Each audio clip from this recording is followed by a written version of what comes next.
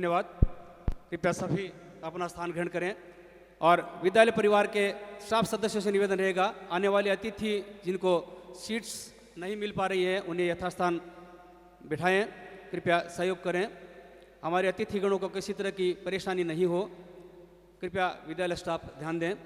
देशभक्ति की भावना, राष्ट्रभक्ति की भावना और ऐसे संस्कार बच्चों को मिले, निकेतन परिवार का सदा से ये प्रयास रहा है। और अब अतिथि देवो भव की परंपरा का निर्वहन करते हुए अतिथियों का स्वागत, अभिनंदन। हमारे सम्मानीय अतिथिगणों का स्वागत करने के लिए मैं आमंत्रित करूंगा संस्था के अध्यक्ष श्री घनश्याम चंद्र जी सोनी एडवोकेट साहब। आप सूत की माला पहना करके हमारे अतिथिगणों का स्वागत करेंगे, अभिनंदन करेंगे। सम्मानीय एडवोकेट श्री घनश्याम चंद्र जी सोनी साहब सूत की माला पहनाएंगे और स्मृति चिन्ह और गांधी नेहरू साहित्य भेंट करेंगे संस्था के सचिव श्री राजीव जी उपाध्याय साहब। सबसे पहले माननीय न्यायमूर्ति श्री उज्ज्वल भुइयां, न्यायाधीश उच्चतम न्यायालय भारत का स्वागत, अभिनंदन। गांधी बाल निकेतन की परंपरा के अनुसार सूत की माला पहनाकर और स्मृति चिन्ह भेंट करके किया गया है। इसी क्रम में माननीय न्यायमूर्ति श्री सौमित्रा सेकिया, न्यायाधीश गुवाहाटी उच्च न्यायालय गुवाहाटी का स्वागत, अभिनंदन। स्वागत अभिनंदन के क्रम में मंच पर आसीन माननीय न्यायमूर्ति श्री देवाशीष बरुआ, न्यायाधीश गुवाहाटी उच्च न्यायालय गुवाहाटी का स्वागत, अभिनंदन। मैं चाहूँगा हम सब भी अपनी भावनाओं को अभिव्यक्ति दें, जोरदार तालियां बजा करके स्वागत अभिनंदन करें हमारे सम्मानीय अतिथिगणों का। आज इस नगर का ये सौभाग्य है कि उच्च स्तरीय अतिथिगण हमारे बीच पधारे हैं। इसी क्रम में स्वागत अभिनंदन मंच पर विराजित माननीय डॉक्टर अशोक सराफ साहब, वरिष्ठ अधिवक्ता गुवाहाटी का स्वागत, अभिनंदन। आपका स्वागत है, अभिनंदन है। और स्वागत अभिनंदन माननीय डॉक्टर वीरेंद्र जी सराफ साहब, महाधिवक्ता महाराष्ट्र का स्वागत, अभिनंदन। श्री गांधी बाल निकेतन परिवार के द्वारा स्वागत अभिनंदन किया जा रहा है। स्वागत अभिनंदन की हमारी ये परंपरा और इसी परंपरा की पालना में हमारा सौभाग्य है कि हमारे बीच पधारे हैं माननीय न्यायमूर्ति उज्ज्वल जी भुइयां की धर्मपत्नी श्रीमती संघमित्रा दास भुइयां और साथ में उनके सुपुत्री सुश्री श्वेता जी भुइयां भी हमारे बीच पधारी हैं। आपका स्वागत अभिनंदन करने के लिए मैं आमंत्रित करूंगा संयुक्त सचिव श्रीमती मीनाक्षी उपाध्याय एवं प्रधानाचार्य श्रीमती उषा मिश्रा जी। आपका स्वागत अभिनंदन सूत की माला पहनाकर और चुनरी उठाकर करेंगी। इसके साथ ही स्वागत अभिनंदन श्रीमती अनीशा सराफ, पत्नी डॉक्टर अशोक जी सराफ का भी स्वागत अभिनंदन। आप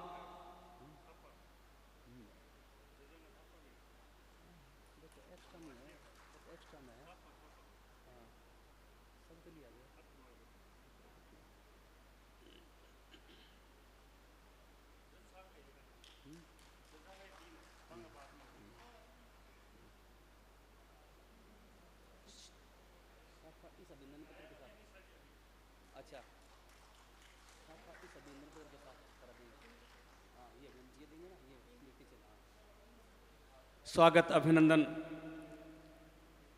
हमारे इस कार्यक्रम में पधारी हुई परम सम्मानीय संघमित्रा दास भुइयां जी का और सुश्री श्वेता जी भुइयां का स्वागत अभिनंदन। श्री गांधी बाल निकेतन के संयुक्त सचिव श्रीमती मीनाक्षी उपाध्याय एवं प्रधानाचार्य श्रीमती उषा मिश्रा के द्वारा किया गया है।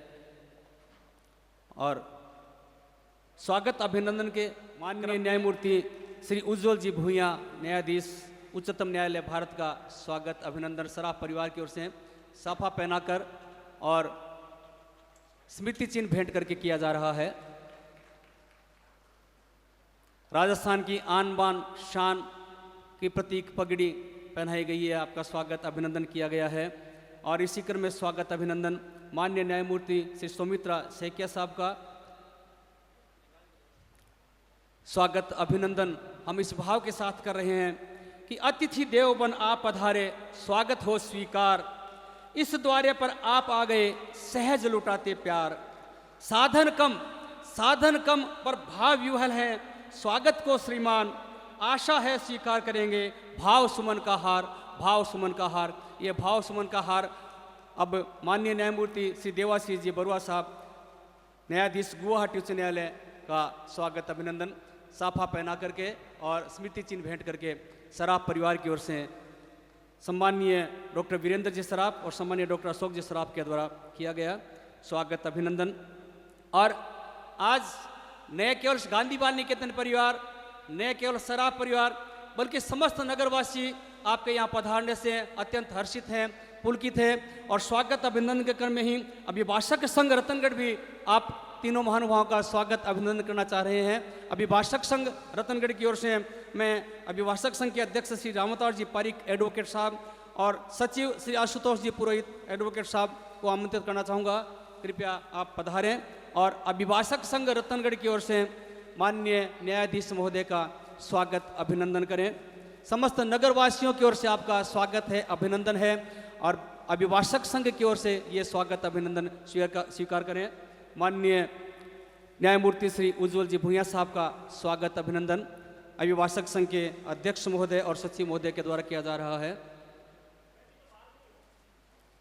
साथ में श्री घनश्याम चंद्र जी एडवोकेट साहब भी, श्री गांधी बाल निकेतन संस्था के आप अध्यक्ष भी हैं और बार संघ के सक्रिय सदस्य भी आप हैं। आप सभी की ओर से स्वागत अभिनंदन। श्रीफल और शॉल ओढ़ा करके स्वागत अभिनंदन अभिभाषक संघ की ओर से किया जा रहा है। माननीय न्यायमूर्ति श्री सुमित्रा शेखिया साहब का स्वागत अभिनंदन अभिभाषक संघ की ओर से।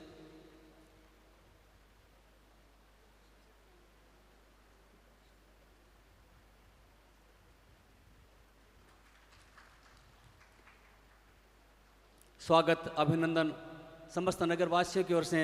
और इसी क्रम में माननीय न्यायमूर्ति श्री देवाशीष जी बरुआ साहब का स्वागत अभिनंदन के सचिव श्री राजीव जी उपाध्याय को शाब्दिक स्वागत के लिए।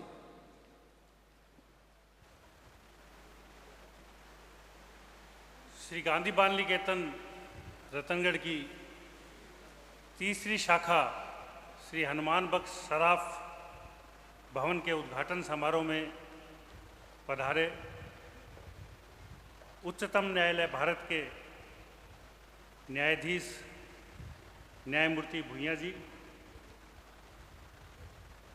गुवाहाटी उच्च न्यायालय से पधारे न्यायमूर्ति बरुआ जी, अशोक सराफ साहब, जस्टिस गुवाहाटी उच्च न्यायालय के न्यायमूर्ति जस्टिस सेकिया जी, डॉक्टर अशोक सराफ, उनके छोटे भाई डॉक्टर वीरेंद्र सराफ, उनके बारे में आपको जान के खुशी होगी कि वो बॉम्बे प्रैक्टिस करते हैं और महाराष्ट्र सरकार में एडवोकेट जनरल हैं। रतनगढ़ से किन किन स्थानों पर व्यक्ति पहुंचे हैं हम अंदाज़ा नहीं कर सकते और हम उनके विशेष आभारी हैं कि वो 22 साल बाद रतनगढ़ आए हैं।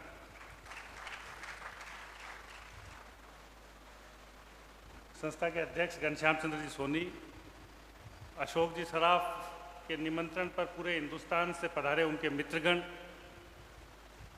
नगर के प्रबुद्धजनों, स्टाफ के सदस्यों, सभा में उपस्थित सभी गणमान्य नागरिक,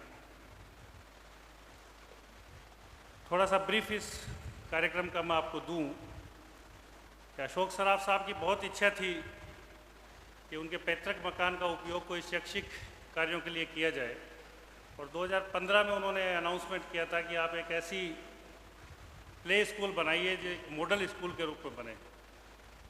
हमारे साथ कन्फ्यूजन ये था कि इतनी छोटी जगह, इतनी अनएक्सेसिबल लोकेशन, कैसे इस पर काम करेंगे, तो बहुत साल तक उसको पेंडिंग रखा। लेकिन अंत में इनकी डिटर्मिनेशन ये थी कि भाई बनानी पड़ेगी और ये ऐसी बनाओ कि लोग देखें। तो मुझे आशा है कि आप सब ने उसको विजिट किया है, तो उस एक पैरामीटर पे तो हम लोग पूरे उतरे होंगे कि एकदम यूनिक स्कूल हमने बनाने की कोशिश की है जो पूरे एरिया के अंदर एक एग्जाम्पल सेट करेगी। श्री गांधी बाल निकेतन की स्थापना सन 1959 में हुई थी। 2024 तक की ये जर्नी है और इसमें जो आज जो कैंपस दिखाई देते हैं, जो चकाचौंध दिखाई देती है, उसके पीछे बहुत बड़ी मेहनत चंपालाल जी उपाध्याय मेरे पिताजी की और बाबू श्याम सुंदर लाल जी की थी। उनकी तपस्या का ये प्रतिफल है कि आज किसी भी क्षेत्र में किसी डोनेशन के लिए बात करते हैं तो बहुत आराम से और बड़े से बड़ा डोनेशन मिल रहा है। बीट्स पिलानी को देखते हैं, बड़ी स्कूलों को देखते हैं, कोई संस्था अशोक जी ऐसी नहीं बची जिसका विज्ञापन नहीं आता हो। हम लोगों पे अभिभावकों की कृपा है, स्टाफ के सदस्य इतनी मेहनत करते हैं कि आज भी गांधी बाल निकेतन अकेली स्कूल है जिसका न कोई विज्ञापन आता है, न कोई मार्केटिंग होती है, न कोई ट्रांसपोर्टेशन है। खाली क्वालिटी बेस पे चलते हैं और लगभग हाईएस्ट स्ट्रेंथ जो टाउन की है उसको मेंटेन करते हैं। फीस का देखें तो जो सुविधाएं हैं उसको देखते हुए एवरेज फीस पर स्टूडेंट जो हमारी है वो 15,000 रुपये पर साल है। वो इस साल से है, उससे पहले 12 थी, 5 साल तक 12 रही। अब इसको 15,000 रुपये में पूरी सुविधाएं, पूरी बिल्डिंग जनरेटर पे रहती है, पूरी बिल्डिंग ग्रीन है, सोलर एनर्जी पे चलती हैं तीनों कैंपस, और एक बूंद पानी का वेस्टेज नहीं जाता, सारा रिचार्ज होता है। तो हर एक एंगल से ग्रीन बिल्डिंग के रूप में हम काम कर रहे हैं। जस्टिस बीपी सराफ साहब की प्रेरणा से 2008 में अजीत श्रिया फैमिली ने एक सिटी में ब्रांच बना के दी थी। तो उनका पहले ये आइडिया था कि भाई ये कमरे इनको ठीक ठाक करके चलाओ। तो सराफ साहब ने कहा कि भाई अगर स्कूल बनानी है तो नक्शा चंपालाल जी देंगे, बनाओगे आप। तो आज वो ग्राउंड प्लस 2 की बिल्डिंग है, 500 बच्चे उसमें पढ़ते हैं, मिडिल स्कूल का कैंपस वो चल रहा है। सराफ साहब का बहुत योगदान था। ये हमेशा होता है कि एक जनरेशन जब एक्टिव होती है तो दूसरी नहीं होती है उस वक्त। तो जब तक बीपी सराफ साहब आते थे तो अशोक सराफ साहब से कभी कोई फ़ोन पे कभी बात हुई तो हुई है, कभी नहीं आते थे। लेकिन उनके जाने के बाद इन्होंने इस गति से इस काम को बढ़ाया। अभी मैं आपको स्कूल में दिखा के लाया हूँ, स्पोर्ट्स कॉम्प्लेक्स वर्ल्ड क्लास बनवाया, एक फ्लोर बनाया, और सबसे बड़ा काम ये कर रहे हैं कि हर साल 5 से 7 लाख रुपए की स्कॉलरशिप देते हैं। उसमें डोनेशन देने वाले बहुत कम होते हैं कि उसका कोई हिस्ट्री नहीं है उसकी, वो दे दी, एक साल गए वो 7 लाख रुपए। कोई भी चीज़ बनेगी तो वो पत्थर दिखेगा, बिल्डिंग दिखेगी। अब इस साल तक उन्होंने 35 लाख रुपए की स्कॉलरशिप डिस्ट्रीब्यूट किया। आज सुबह 6 लाख रुपए इसी हॉल में हम लोगों ने बांटे, जिसमें जिला कलेक्टर महोदय पधारी थी और सुबह ही उस फंक्शन को किया। गांधी बाल निकेतन के अब 80 कक्षा कक्ष हैं नए कैंपस को मिला के। सभी कक्षा कक्षों में इंटरेक्टिव बोर्ड है, उन 10 कक्षा कक्षों में एयर कंडीशन भी है।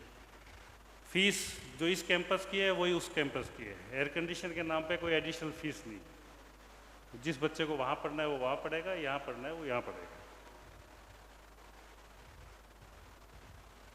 पूरा नगर, हम लोग स्टाफ के सदस्य जिन अभिभावकों के बच्चे पढ़ेंगे, हम उन भामाशाहों के आभारी हैं और सराफ परिवार के विशेष रूप से आभारी हैं कि जिन्होंने अपने कठिन श्रम से अर्जित धनराशि को इस जन उपयोग में लगाया है।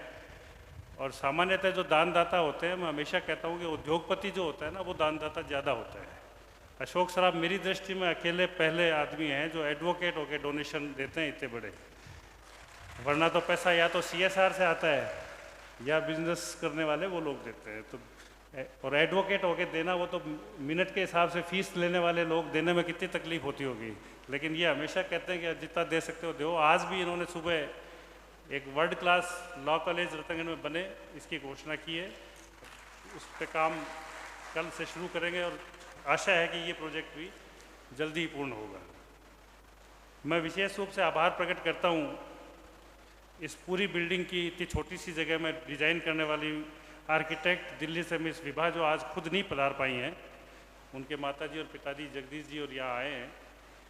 हमारे contractor Shri Chetan Prajapat, tile and flooring के मिस्त्री श्री गजानन जी प्रजापत, प्लम्बिंग इलेक्ट्रिशियन के कॉन्ट्रैक्टर मनोज जहांगीर, कारपेंटर महेंद्र चारण और पेंटर रणजीत नायक। ये जो बिल्डिंग हम देख के आए हैं 5 मई 2023 को शुरू हुई थी और विद इन ईयर ये सारे काम कंप्लीट हो गए, इनोग्रेट हो गया। और वहाँ पे एक्सेस नहीं है किसी चीज़ को, मटेरियल भी जाना है तो बहुत छोटे छोटे टुकड़ों में जाता है।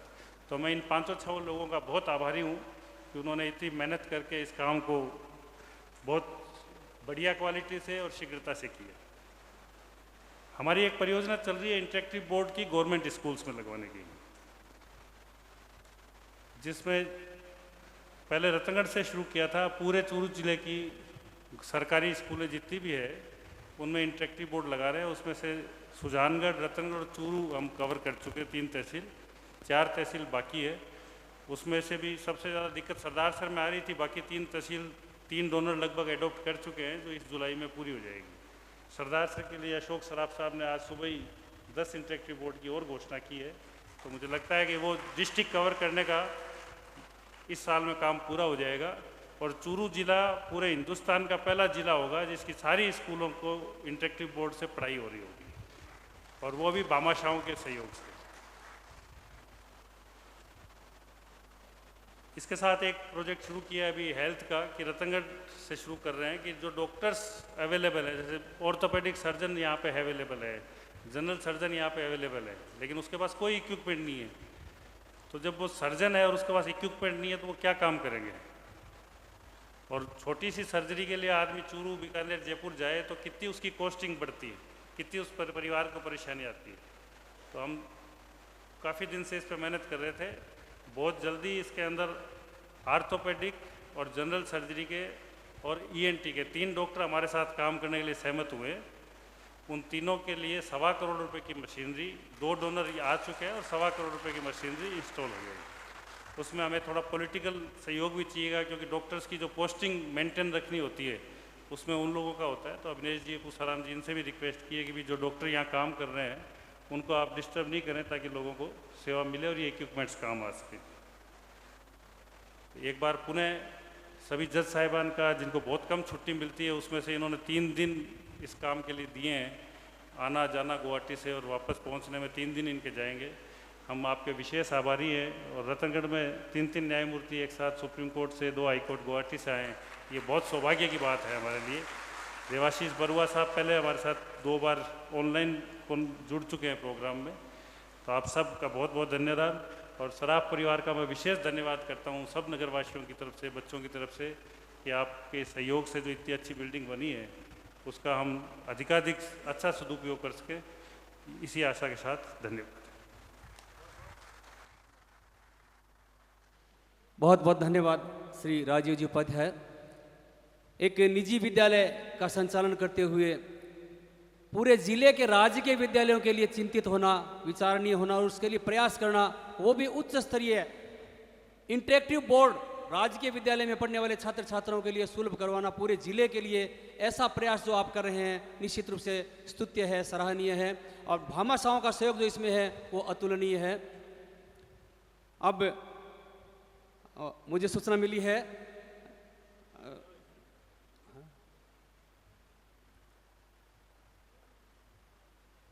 सम्माननीय अनिशा जी सराफ हमारे बीच पधार चुकी हैं। आपका स्वागत, अभिनंदन श्रीमती मीनाक्षी जी उपाध्याय और श्रीमती उषा जी मिश्रा के द्वारा किया जाएगा। आपका स्वागत है, अभिनंदन है। बहुत बहुत समस्त नगरवासियों की ओर से स्वागत, अभिनंदन।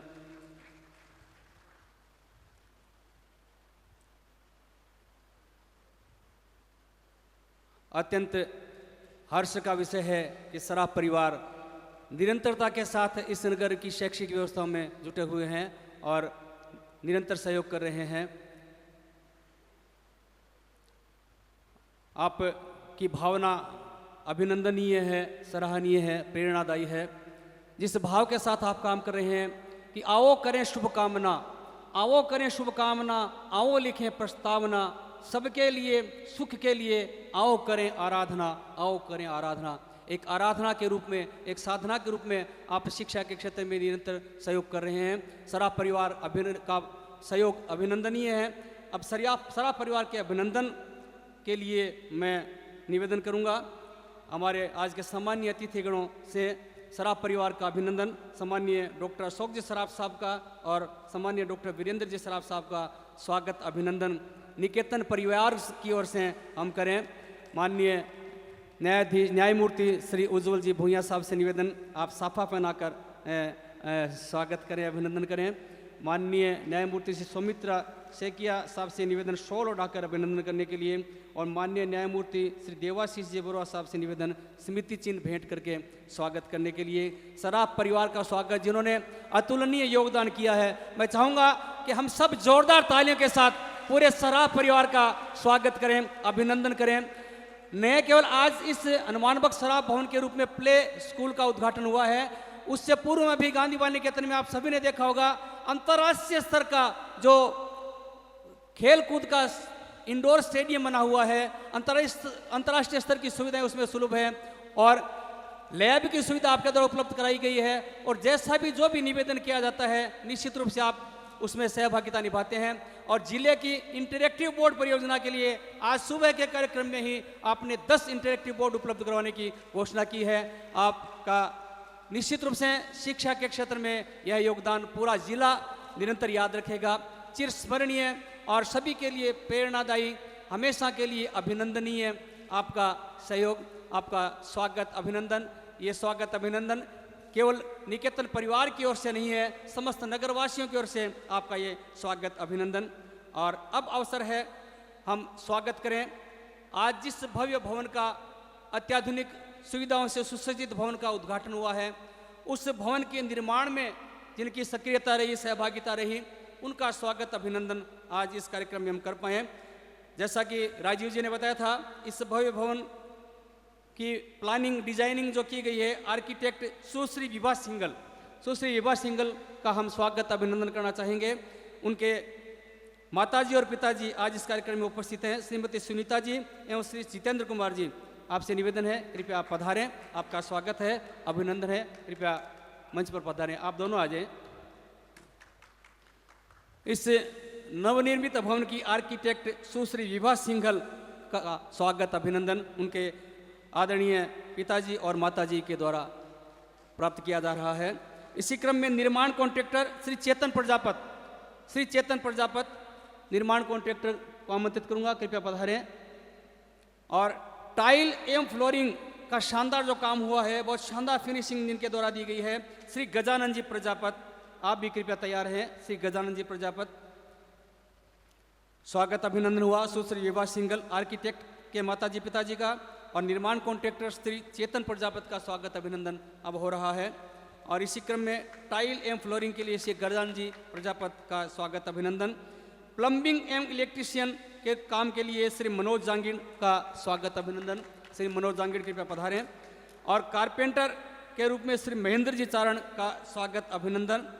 साथ ही जो पेंटिंग का भव्य कार्य उसमें हुआ है, बहुत ही आकर्षक पेंटिंग जिनके द्वारा की गई है, श्री रणजीत नायक, आपका भी स्वागत अभिनंदन। इन सभी सहयोगियों का स्वागत अभिनंदन इस मंच के द्वारा किया गया। और अब उद्बोधन के क्रम में सबसे पहले निवेदन करूंगा माननीय डॉक्टर वीरेंद्र जी सराफ साहब, महाधिवक्ता महाराष्ट्र से आज के इस कार्यक्रम को संबोधित करने के लिए माननीय डॉक्टर वीरेंद्र जी सराफ साहब।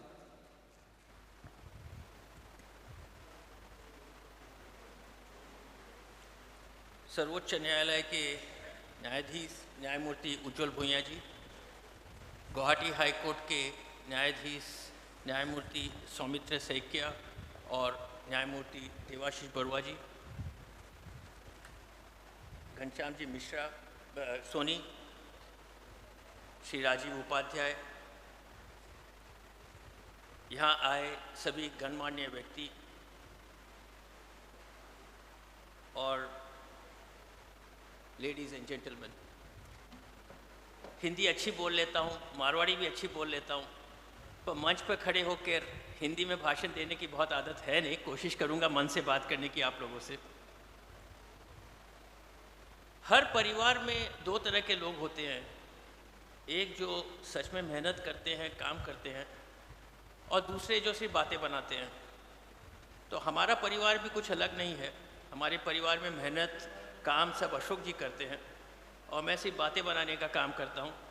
इसीलिए शायद ये स्कूल के लिए पूरी मेहनत करने के बाद, पूरा काम करने के बाद आज बोलने का काम मुझे दिया गया है। सो मैं आप लोग से कुछ बातें कर लेता हूँ।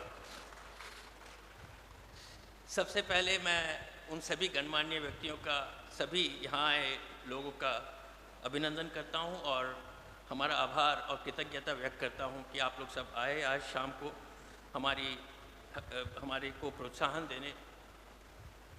जस्टिस उज्ज्वल भुइयाँ जी का हमारे परिवार के साथ हमेशा ही एक बहुत घनिष्ठ संबंध रहा है, एक स्नेह भरा संबंध रहा है। मेरे पिताजी के समय से उनका हमारे परिवार के साथ एक बड़ा ही स्नेह भरा संबंध रहा है। उन्होंने हमारे पिताजी को बहुत सम्मान दिया। एक सर्वोच्च न्यायालय के न्यायमूर्ति का कार्यक्रम अत्यंत ही व्यस्त होता है, हम सब जानते हैं वो। और इतनी व्यस्तता के बावजूद आज वो इतनी दूर आए, हमारे साथ इतनी दूरी तय करके आए इतने गर्म मौसम में, उसके लिए हम उनके अत्यंत ही आभारी हैं।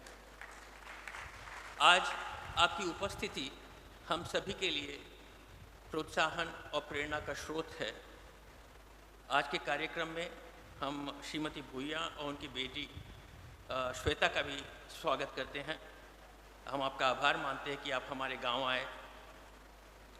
अपने परिवार की ओर से और कार्यक्रम के आयोजकों की ओर से मैं आज हमारे बीच आए गुवाहाटी उच्च न्यायालय के न्यायमूर्ति श्री सौमित्र सैकिया जी और देवाशीष बरुआ जी का भी हार्दिक अभिनंदन और उनका आभार व्यक्त करता हूं कि वो इतनी दूरी तय करके आज हमारे बीच आए।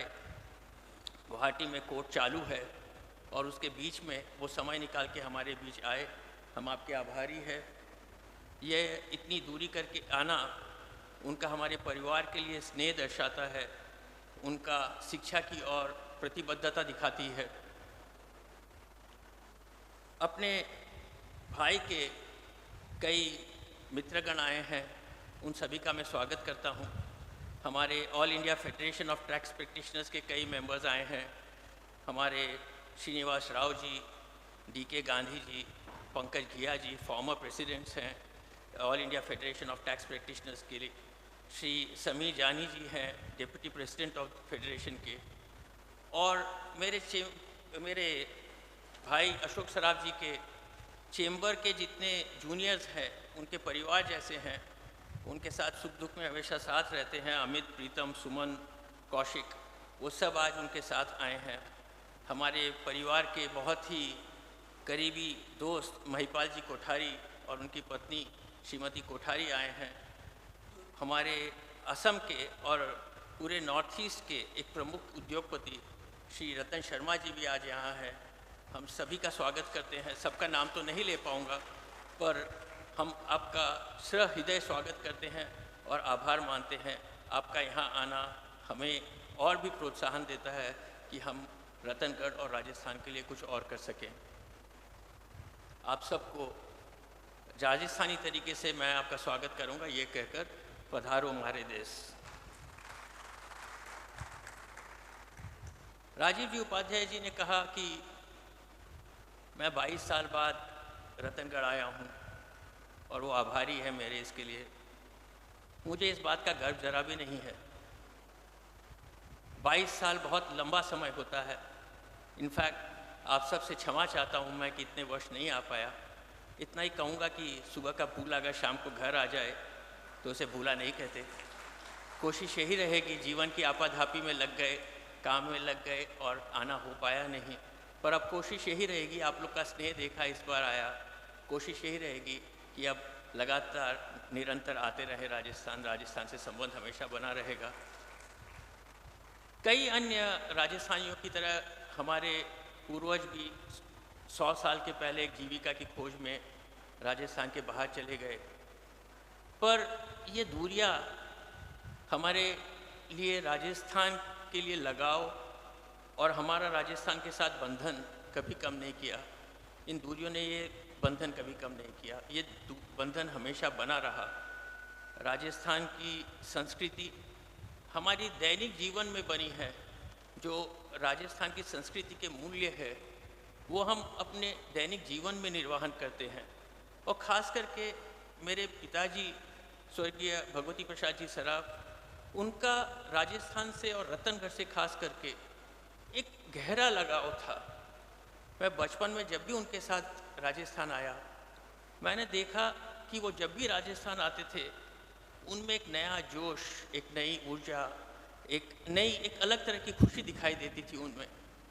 और उन्हें हमेशा उनका एक स्वप्न था कि रतनगढ़ भी तरक्की करेगा, प्रगति करेगा।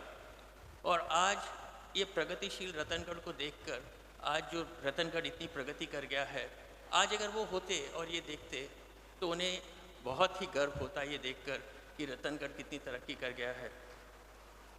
रतनगढ़ के विकास में स्वर्गीय चंपालाल जी उपाध्याय का एक बहुत ही बड़ी उनकी भूमिका रही है। किसी भी प्रगति का मूल शिक्षा होता है और चंपालाल जी उपाध्याय ने अपना पूर्ण जीवन शिक्षा के लिए न्यौछावर कर दिया। उन्होंने अनेकों सामाजिक कार्य किए, महिलाओं और बालकों की शिक्षा को बढ़ावा दिया। उन्होंने वंचित वर्गों के लोगों के उत्थान के लिए बहुत सारे कार्य किए। उन्होंने और भी सामाजिक बुराइयों के उन्मूलन के लिए उन्होंने काम किए और उनके अथक प्रयास से आज रतनगढ़ इतनी आगे बढ़ा है, उसमें उनका बहुत ही बड़ा योगदान रहा है। और इसी कार्य की ओर उन्होंने गांधी बाल निकेतन इस संस्था की शुरुआत की, एक स्कूल के हिसाब से, जो एक साधारण शुल्क में आसान और हर वर्ग के लोगों को शिक्षा प्रदान करेगी। और उन्होंने जो ये संस्था चालू की थी, ये आज इस क्षेत्र की एक शिक्षा प्रदान करने का सबसे बड़ा एक इंस्टीट्यूशन बन गया है। और ये उनके स्वप्न को साकार करने के लिए उनके पुत्र श्री राजीव जी उपाध्याय ने भी बहुत ही अथक प्रयास किया है। चंपालाल जी उपाध्याय और मेरे पिताजी का एक जो स्वप्न था रतनगढ़ के लिए, यही शायद उन दोनों में एक बहुत ही एक अटूट बंधन बनाए रखा था। वो एक दूसरे से जुड़े थे, एक दूसरे से संपर्क में रहते थे और राजस्थान के लिए अनेकों कल्याणकारी कार्यक्रम वो एक दूसरे से चर्चा करते थे। और उनके निधन के बाद राजीव जी ने चंपालाल जी का स्वप्न न सिर्फ बनाए रखा, पर उन्होंने उसे और आगे बढ़ाया। उन्होंने उनके किए हुए कार्यों को और सबल बनाया और उनका जो डिटर्मिनेशन था वो और भी सुदृढ़ हुआ। और ये करते करते आज वो चंपालाल जी की विरासत को बहुत आगे ले गए हैं। इसके लिए मैं उनका अभिनंदन करता हूँ और आभार मानता हूँ। वैसे ही हमारे भाई साहब अशोक जी भी हमारे पिताजी की हर इच्छा, उनके हर स्वप्न को पूरा करने के लिए वे अथक कार्यक्रम करते रहते हैं, वो अथक मेहनत करते रहते हैं। उनके लिए हमारे माता और पिता के स्वप्न, उनकी इच्छा बहुत महत्वपूर्ण है और उनकी हर छोटी से छोटी इच्छा और उनके स्वप्न को पूरा करने के लिए वह निरंतर कार्यक्रम करते रहते हैं।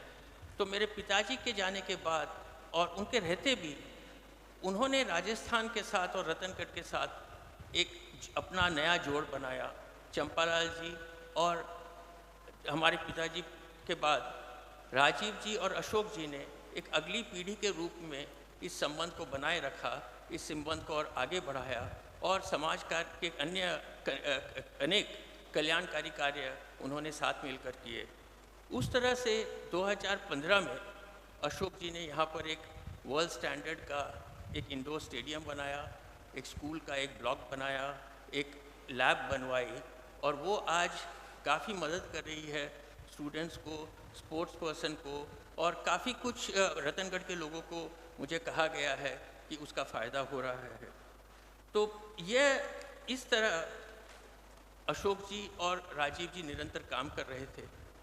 एक दूरी के साथ एक पैतृक घर को बनाए रखना थोड़ा कठिन हो जाता है, इसीलिए अशोक जी ने निर्णय किया कि इस ज़मीन हमारी जिस ज़मीन पर हमारा पैतृक घर था उसको एक अच्छे कार्य के लिए एक यूटिलाइज़ किया जाए, एक अच्छे कार्यक्रम के लिए हम उसका यूज़ करें।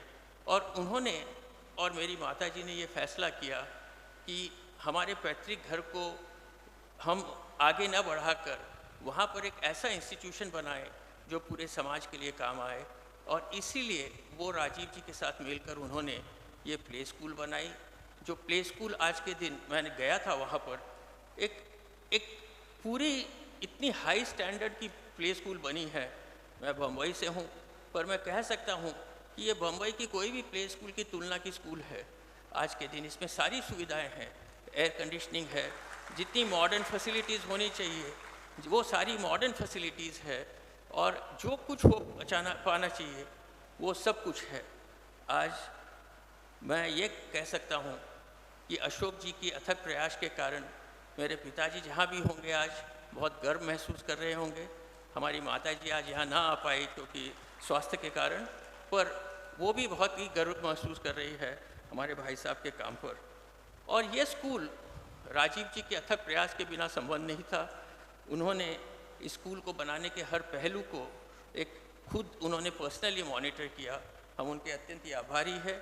हम आभारी हैं इस स्कूल के आर्किटेक्ट और जो भी लोग इसको बनाने में जिन्होंने हिस्सा लिया, उन सभी के आभारी है। आपने इतनी सुंदर स्कूल बनाई और ये स्कूल इस समाज के लिए बहुत ही कल्याणकारी होगी, ऐसा मेरा मानना है। बंद करने के पहले कुछ एक व्यूज़ आपके साथ रखूँगा कि समय के साथ शिक्षा देने का तरीका काफ़ी बदल गया है। आज के दिन एक बहुत ही छोटी उम्र में 2 साल 3 साल की उम्र में बच्चों को स्कूल भेज दिया जाता है, प्ले स्कूल में। पर मेरा ये मानना है कि ये प्ले स्कूल को हम उन्हें एक जीवन की दौड़ के लिए तैयार करने के लिए यूज़ न करें तो बेहतर होगा। उसके लिए उनकी पूरी ज़िंदगी पड़ी है। ये प्ले स्कूल में उनका बचपन को हमें उभारना चाहिए। किताबी शिक्षा ही शिक्षा नहीं है, और भी बहुत चीज़ें हैं बच्चों को जो हम खेल खेल में सिखा सकते हैं। मेरा ये मानना है कि इस प्ले स्कूल में जीवन के जो बुनियादी मूल्य है, जैसे सहनशीलता, ईमानदारी, एक दूसरों के लिए सम्मान, जो कहते हैं को एग्जिस्टेंस, ऐसे जो जीवन के बुनियादी मूल्य है, यह अगर हम बच्चों को खेल खेल में सिखा सकेंगे तो that will be the much better purpose of this play school. ये प्ले स्कूल का असली अर्थ तभी निकलेगा। हमें इस प्ले स्कूल को यह करना चाहिए कि हम बच्चों में ऐसे मूल्य डालें जो हमें उन्हें अच्छे इंसान बनाएंगे, जो उन्हें अच्छे देश के आगे नागरिक बनाएंगे। यह स्कूल रतनगढ़ के लोगों के लिए कल्याणकारी हो। यह स्कूल रतनगढ़ के बच्चों को अच्छे इंसान, अच्छे नागरिक बनाने का एक माध्यम बने। यही प्रार्थना, यही आशा के साथ ये प्ले स्कूल हमारे दादाजी हनुमान बख्शी सराफ के नाम पर और वो प्लेग्राउंड हमारे ताऊजी शंकरलाल जी सराफ के नाम पर मैं रतनगढ़ के लोगों और आप सबको हमारे परिवार की तरफ से समर्पित करता हूँ। बहुत बहुत धन्यवाद। बहुत बहुत धन्यवाद। आपने संपूर्ण आयोजन को अपने सारगर्भित शब्दों में सुव्यवस्थित किया। आपके साथ पधारे हुए तमाम मेहमानों का परिचय भी आपने प्रस्तुत किया। हम समस्त नगरवासियों की ओर से पधारे हुए सभी मेहमानों का हृदय से स्वागत करते हैं, अभिनंदन करते हैं। आप सभी का स्वागत है, अभिनंदन है। और हालांकि मुझे सूचित किया गया है कि माननीय डॉक्टर अशोक जी सराफ साहब शायद उद्बोधन नहीं देंगे, पर भावना नगरवासियों की ये है कि आप 2 शब्द ही चाहे बोलें, पर यहाँ करके आप अपने विचारों का व्यक्त दें। मैं समस्त नगरवासियों की ओर से आपसे निवेदन करना चाहूँगा, माननीय डॉक्टर अशोक जी सराफ साहब कृपया आप डाइस पर पधारें और अपना उद्बोधन दें। में तो मेरा नाम नहीं था, क्योंकि सराफ परिवार की तरफ से छोटे भाई वीरेंद्र सराफ को यह कार्य दिया गया था। लेकिन मैं भी चाहता हूँ और मैं चाहता था उनका भाषण सुनने के बाद में ये 2 शब्द मैं भी कहूँ।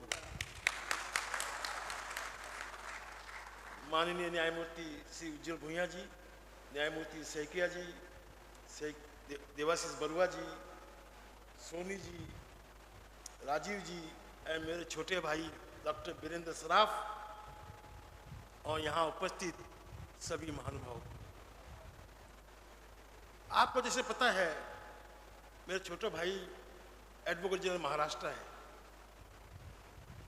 और उन्होंने आज एडवोकेट जनरल का रोल बखूबी निभाया है। यहाँ उन्होंने अपने परिवार के एडवोकेट जनरल के हिसाब से कि वो एडवोकेट जनरल जो होता है वो सरकार का जय जयकार करता है, और हमारे पर यहाँ पर डॉक्टर वीरेंद्र सराफ हमारे छोटे भाई ने वो सारा कार्य कि भाई जो भी कुछ किया है डॉक्टर अशोक सराफ ने किया है।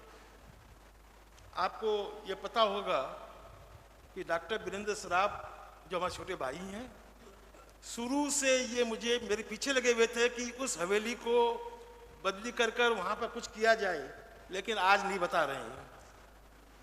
उन्होंने कहा कि पिताजी के जाने के बाद में कुछ कार्य जो है उनको डॉक्टर अशोक साहब ने ले लिए। सही है, उनका नंबर अभी नहीं आएगा, बड़ा भाई मैं हूं, नंबर मेरा आएगा। उनको कार्य दिया गया है कि वह दूसरे स्टेट में संभाले। और आपको खुशी होगी कि रतनगढ़ का राजस्थान के जो लोग हैं उसने जाकर महाराष्ट्र जैसे स्टेट में वहां का महाधिवक्ता बनकर दिखाया। स्टूडेंट की तरफ से बीकॉम में फर्स्ट क्लास फर्स्ट लाने वाला, लॉ की तीनों परीक्षाओं में महाराष्ट्र में फर्स्ट क्लास फर्स्ट टॉप लाने वाला, महाराष्ट्र से पीएचडी करने वाला आज सराफ परिवार का नाम अगर ऊंचा कर रहा है तो मैं तो कोई नाम ऊंचा नहीं करूंगा, ये तो राजस्थान में रतनगढ़ मेरा है। लेकिन आपने तो देश में हमारे परिवार का नाम रोशन किया है, उसके लिए सराफ परिवार की तरफ से मैं उनका अभिनंदन करता हूं।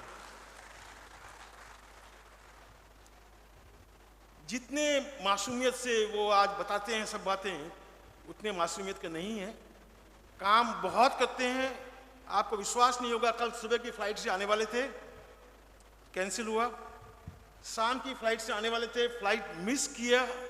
कोई इसलिए नहीं मिस किया कि जाने में देरी हो गई, सरकारी कार्य के लिए। सुबह आज 5 बजे की प्लेन से आए हैं और 5 बजे की प्लेन से आकर उनको कल वापस पहुंचना है वहां पर अपनी जिम्मेदारी निभाने के लिए। तो मैं असल में कुछ लोगों को अलग अलग कार्य दिए जाते हैं, भगवान ने निमित्त किया है कि आप ये कार्य कीजिए, आप ये कार्य कीजिए। मैं अपना कार्य निभा रहा हूं और मेरा छोटा भाई अपना कार्य निभा रहा है। आज यहाँ पर मेरे दोस्त या फेडरेशन के साथी, आपको विश्वास होगा बनारस से हमारे श्री ओपी शुक्ला, यमुना शुक्ला जी आए हैं। हैदराबाद नहीं पढ़ूंगा, यरूलू कहूंगा, हैदराबाद से बहुत दूर है, श्रीनिवास राव जी आए हैं। दिल्ली से डीके गांधी जी आए हैं। जामगढ़ से समीर जानी जी आए हैं। जयपुर से खाली पंकज घिया जी नहीं है, पंकज घिया के साथ में माथुर जी, जोली जी और एक नाम और है, मैं मेरा थोड़ा सा। उसके बाद में रांची से श्री आनंद पसारी जी, नागपुर से हमारे भाई बैठे हैं यहाँ। उसके बाद में अगर मैं और चलूँ आगे तो मैं आपको बता रहा हूँ कि हमारा कोई जगह भारत का नहीं बचा है जो कि आज राजस्थान में आज प्रस्तुत नहीं है। सारा भारत आज आपके प्रोग्राम में आज उपस्थित है और यह दर्शाता है, आज रतन जी शर्मा ये बहुत व्यस्त व्यक्ति हैं, इनको पकड़ के लाना बहुत मुश्किल है, लेकिन कुछ जगह जो है उनको भी मानना पड़ता है और आना पड़ता है। उनको भी वहाँ से खींच कर यहाँ लाना पड़ा, वो खुद रतनगढ़ के हैं। तो मैं और मेरा कुछ बोलने का यहाँ था नहीं, मैं यही बोलूँगा कि सारा श्रेय मुझे नहीं दिया जाए, सारा श्रेय सराफ परिवार को दिया जाए, मेरे माता पिता को दिया जाए। सारा श्रेय उनका है, जो भी कुछ हो रहा है उनके आशीर्वाद और उनकी प्रेरणा से हो रहा है, इसलिए मैं उनका आभारी हूँ। और सराफ परिवार अपने पिता या माता का हरदम आभारी रहेगा और आभारी है। इसी शब्दों के साथ मुझे कोई भाषण देने की जरूरत नहीं थी, क्यों मैंने पहले से कह दिया कि सराफ परिवार की तरफ से मेरा छोटा भाई बोलेगा, उसने कहा। लेकिन जब कुछ इच्छा व्यक्त की किसी ने तो मैंने इसलिए कहा है। मैं आपका बहुत बहुत आपका फिर अभिनंदन करता हूँ, तीनों न्यायमूर्तियों का अभिनंदन करता हूँ, यहाँ के पधारे हुए अतिथियों का निबंधन करता हूँ और रतनगढ़ वासियों का मैं बहुत बहुत धन्यवाद देता हूँ, जिन्होंने इतना प्यार और लगाव, इतना अपनापन दिखाया, जिसके लिए मैं अभिभूत हूँ। बहुत बहुत धन्यवाद। कर्मणा भामाशाह है और अप्रतिम समाज सेवी सराफ बंधुओं को, दोनों भाइयों को हमने सुना। निश्चित रूप से हम सभी के लिए प्रेरणादायी सराफ परिवार का आपसी समन्वय, आपसी समझ और जो एक सहयोग शिक्षा के क्षेत्र में आपके द्वारा किया जा रहा है, हम सभी के लिए अतुलनीय है। डॉक्टर अशोक जी सराफ साहब का अभिनंदन आप करना चाह रहे हैं। श्री तिरुपति बालाजी का प्रसाद आप भेंट करना चाह रहे हैं, आपका स्वागत है, कृपया पधारें। देश के कोने कोने से आज मेहमान पधारे हैं। आज नगरवासियों का, रतनगढ़ वासियों का यह सौभाग्य कि देश के कोने कोने से अतिथिगण इस कार्यक्रम में पधारे हैं, इसके साक्षी बने हैं। हम सभी के लिए निश्चित रूप से एक बहुत बड़ी प्रेरणा का सृजन आज के इस कार्यक्रम के माध्यम से हो पाया है। शराब बंधुओं के ये भाव कि शब्द की उंगली पकड़कर अर्थ की पगडंडियों पर चेतना के पंख लेकर हम समय को लांघ जाएं, हम समय को लांघ जाएं। समय के साथ चलते हुए समय जो कहता है उसके अनुरूप सुविधाएं उपलब्ध करवाने के लिए आप निरंतर सजग हैं। और अब क्रम वक्ताओं का क्रम, जो उद्बोधन का क्रम है, उसके अंतर्गत मैं बहुत ही सम्मान के साथ आमंत्रित करना चाहूँगा मनसा वाचा कर्मणा सर्वहितैषी माननीय न्यायमूर्ति श्री देवाशीष जी बरुआ साहब, माननीय न्यायाधीश गुवाहाटी उच्च न्यायालय से निवेदन आज के इस कार्यक्रम को संबोधित करने के लिए। और नगरवासियों से चाहूँगा हम करतल ध्वनि के साथ आपका स्वागत करें, अभिनंदन करें। माननीय न्यायमूर्ति श्री देवाशीष जी बरुआ साहब। I would speak in English. मेरा हिंदी बहुत खराब है। अशोक जी मेरे को बोले कि तुम हिंदी में कुछ बोल देना, मुझे हमको ये I'll be a joke, so I will only speak in English. Honorable Mr. Justice Ujjwal Bhuiyan, Judge Supreme Court of India, Madam Bhuiyan, Honorable Mr. Justice Soumitra Saikia, my brother and colleague in the bench, Dr. Ashok Saraf, Senior Advocate, Guwahati High Court.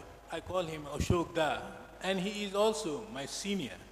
Now, Ashok Da may not take a credit that many other things. He is one of the persons who has made me who I am.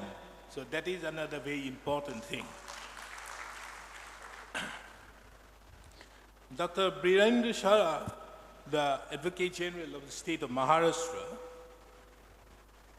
Sri Rajiv Upadhyay, the dignitaries present, ladies and gentlemen. It gives me immense pleasure to be present on this day.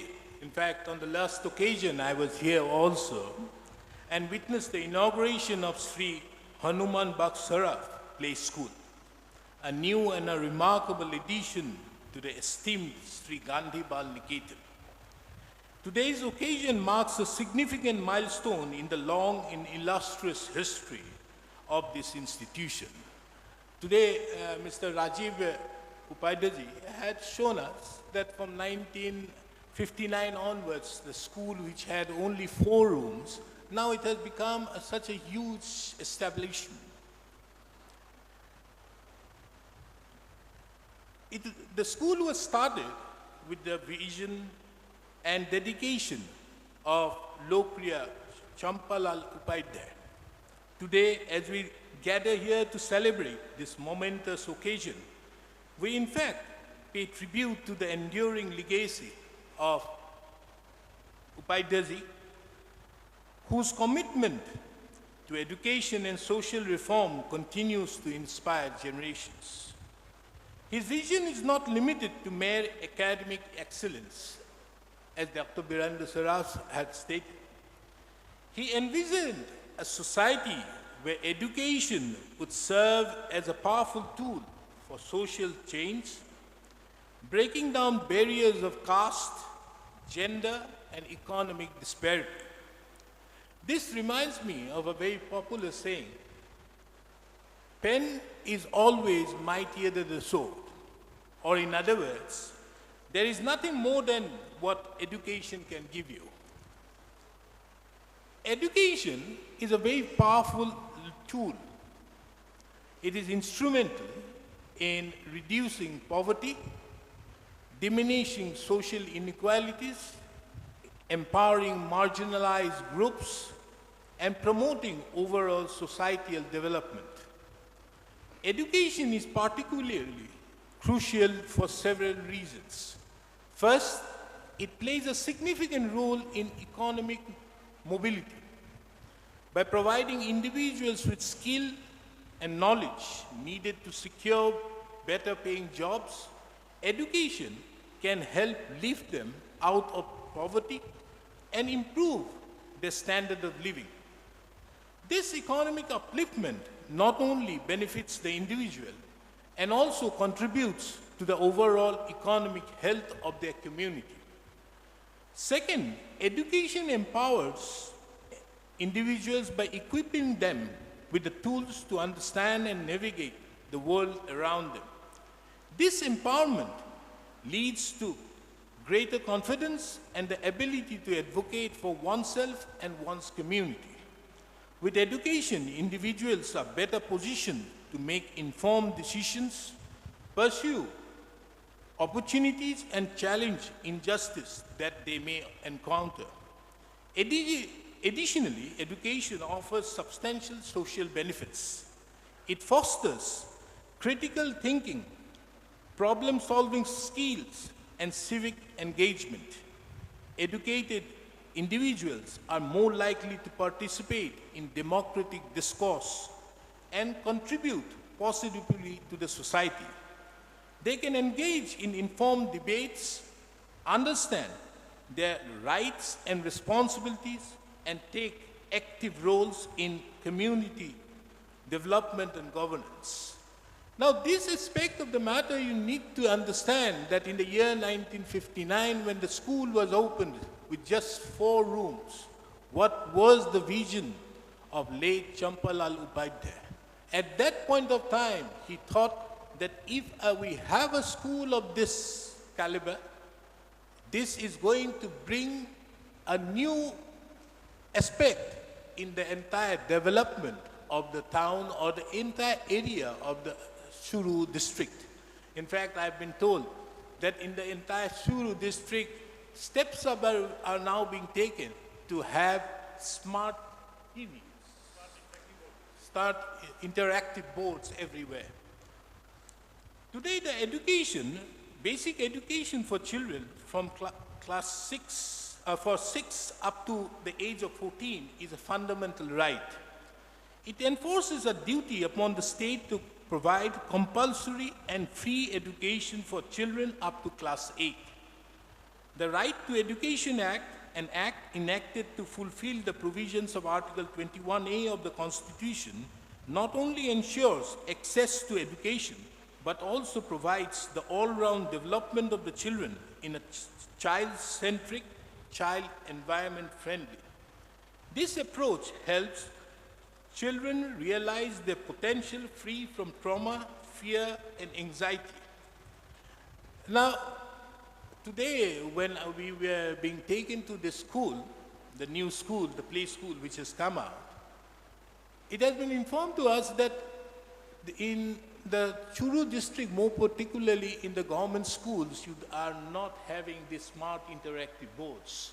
Now, this is being to be provided everywhere, and thereby making the Churu district the first of the kind in this entire country to have this. The roots of Sri Gandhi Bal Niketan runs deep and are entwined with the history and culture of the Churu district. This institution has grown from its humble beginnings to become a premier educational institution with a student strength of around 2,000, offering both English and Hindi medium till senior secondary level.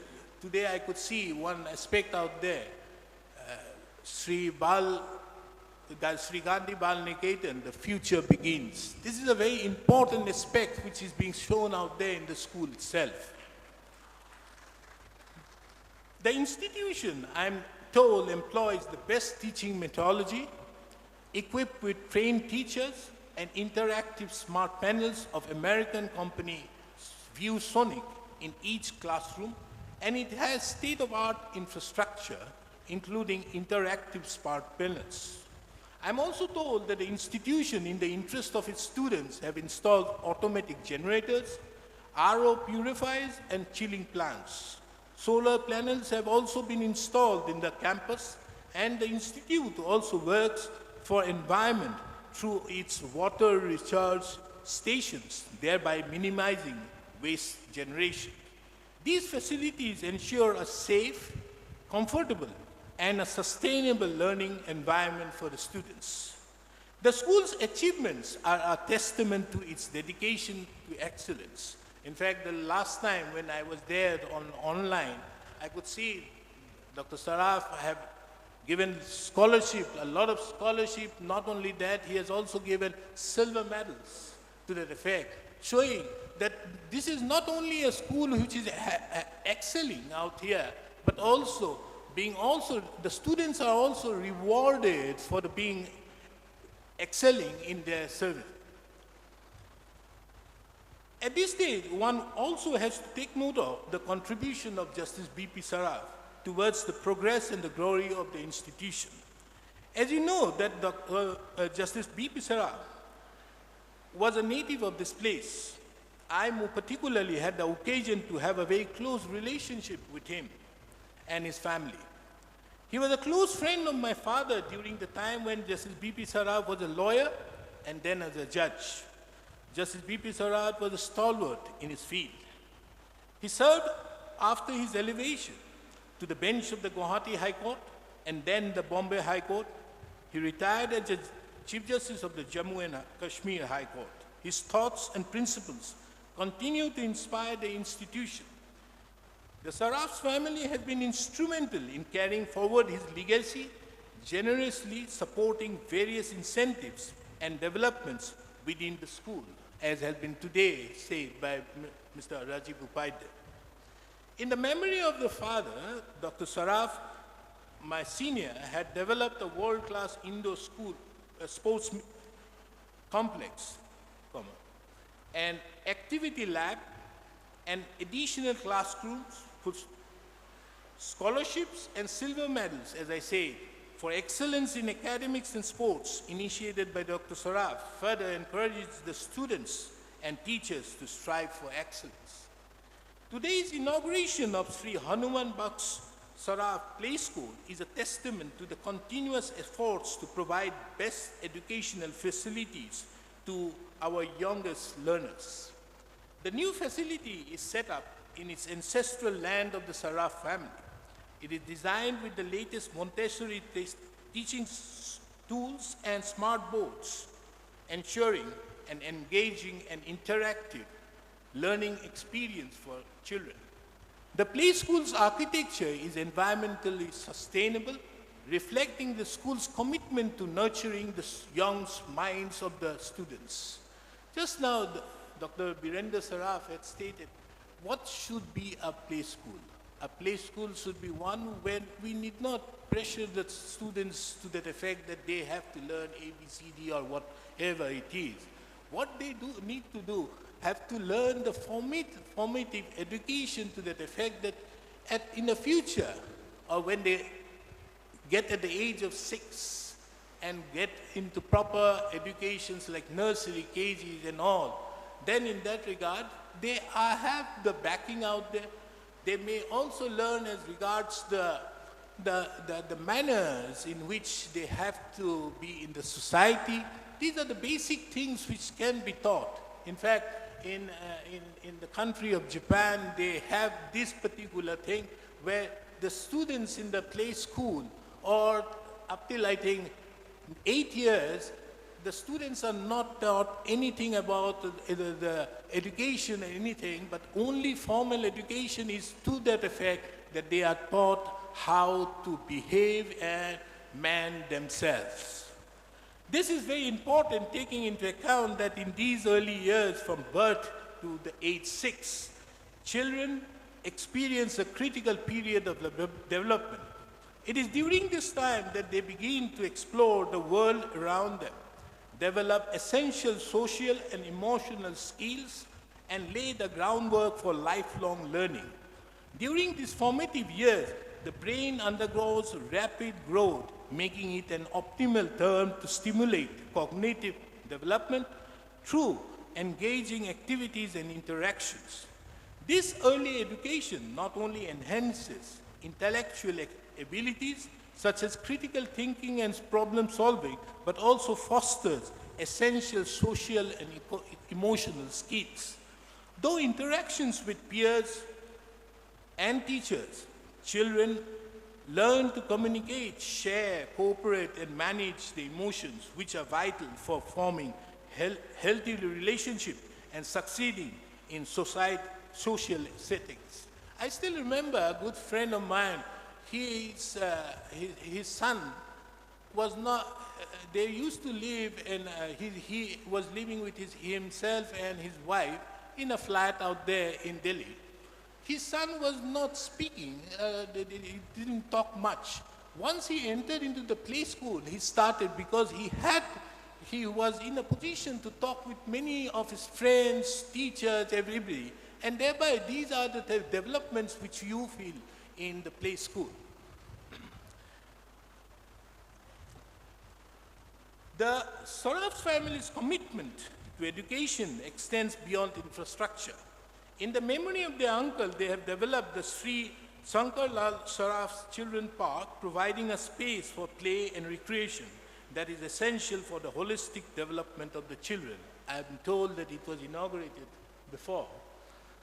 This park, along with the new play school, will undoubtedly enrich the educational experience of the students, fostering their physical, social, and cognitive growth. As we inaugurate this new wing, we celebrate the vision and dedication of Sri Shampalal Upadhyay, the continued support of Saraf's family, and the commitment of all those involved in making Sri Gandhi Bal Niketan a beacon of educational excellence. This play school is not just a building. It is a promise to the children that they will receive the best possible start in the educational journey.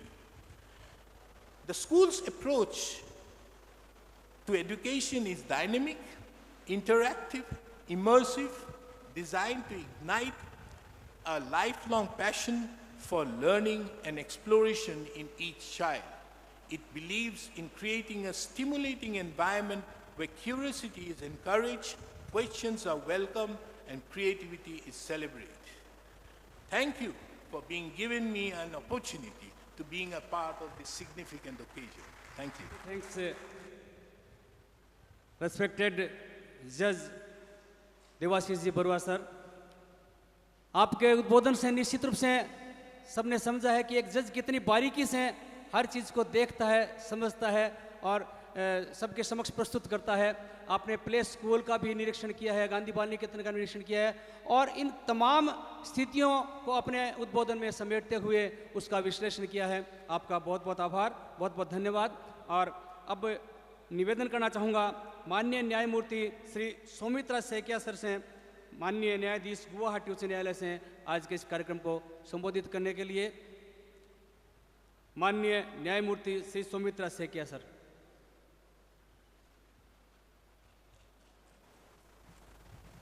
Namaskar, good evening.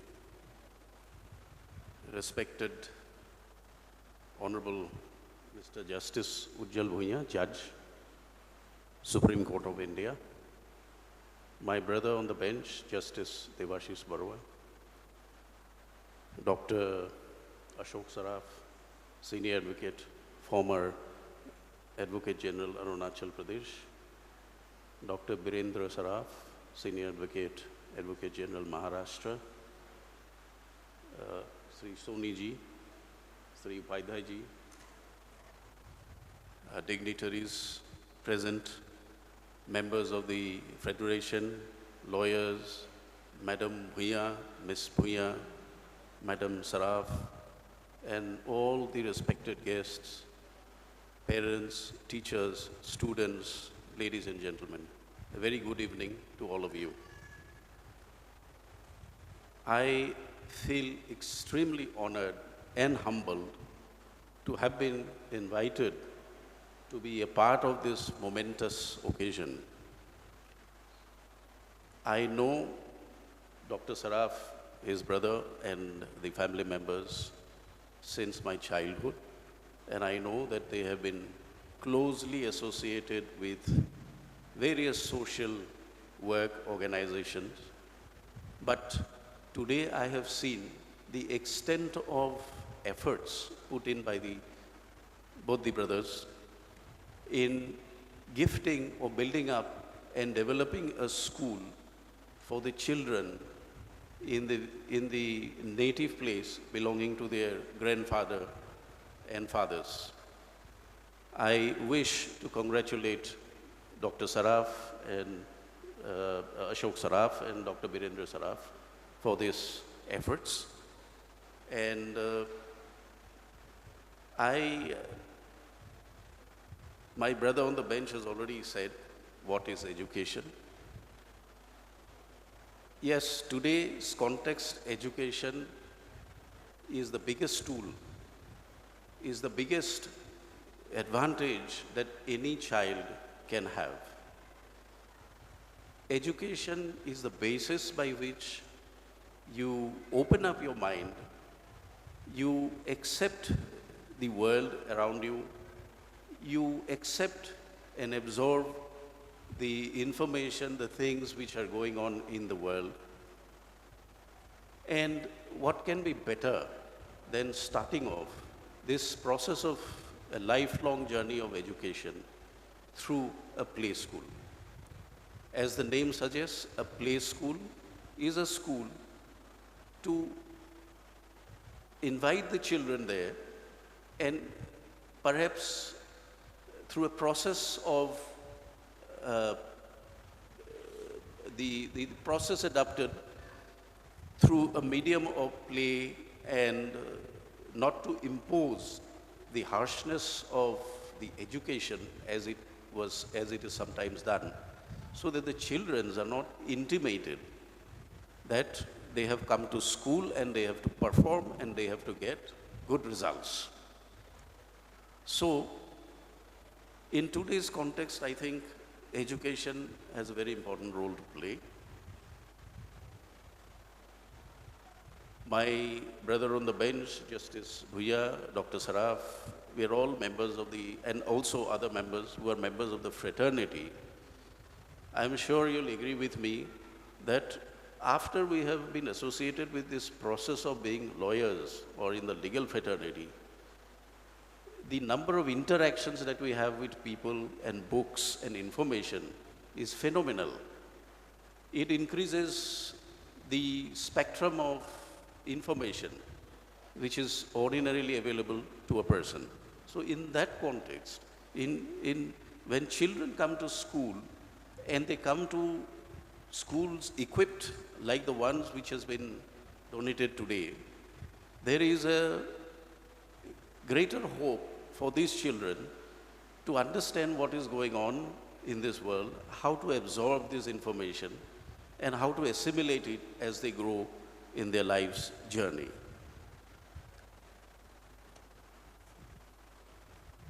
Regarding this school, I am informed that this school was, the Gandhi Bal Niketan School was established in the year 1959 by Sri Champalal Upadhyay, who was a prominent and dedicated social worker of Churu district and father of Mr. Upadhyay.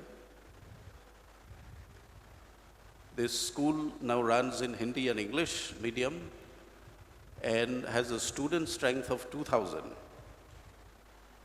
And the campuses have the best infrastructure and the best teaching methodology. And I understand that in the entire district of Churu, it's probably the only district in the country to have these interactive blackboards. So I think this is an occasion to congratulate Mr. Upadhyay and the Bal Niketan. I request all of you to kindly give a round of applause. And Dr. Saraf, BP Saraf, is an institution in himself. From my childhood, I have known Dr. Saraf because he was also close to my father. I have had interactions with both the Saraf brothers since our childhood. Dr. Saraf is an institution in taxation. He's an authority in taxation. Perhaps he single-handedly developed the taxation law in Northeast, more particularly in the Guwahati High Court. He has authored many books, and he was one of the most prominent counsels, and particularly in the taxation field in the Guwahati High Court, till he was elevated as an honorable judge of the Guwahati High Court. He was later transferred to Bombay and subsequently superannuated as a Chief Justice of Jammu and Kashmir High Court. And a word about Dr. Saraf and his brother. Dr. Saraf and I was also associated with his chamber while I was in practice for some time. I must confess that taxation law is something which I learned at his chamber, more particularly indirect taxation. And I have seen the manner of effort he puts in his work.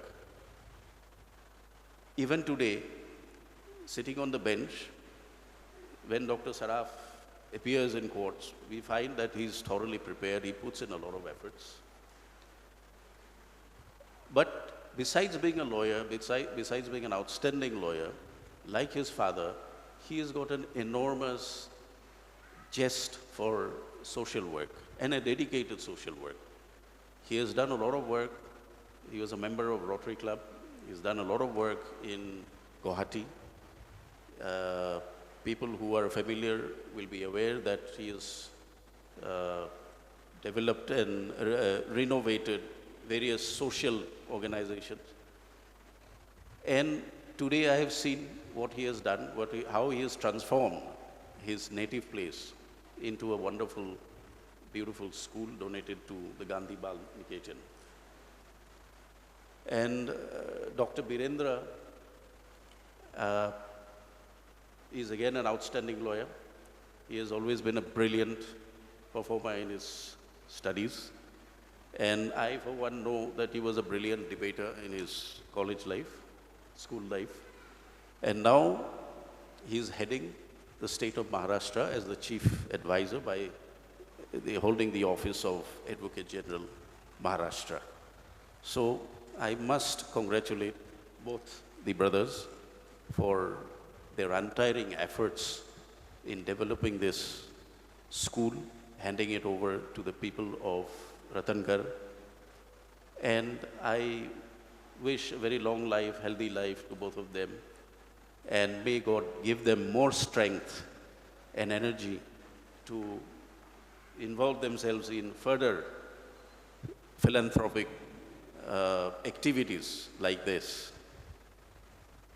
I must say, today, perhaps the name of Ratangarh has been transformed into a reality because we have two Ratans sitting right here from Ratangarh.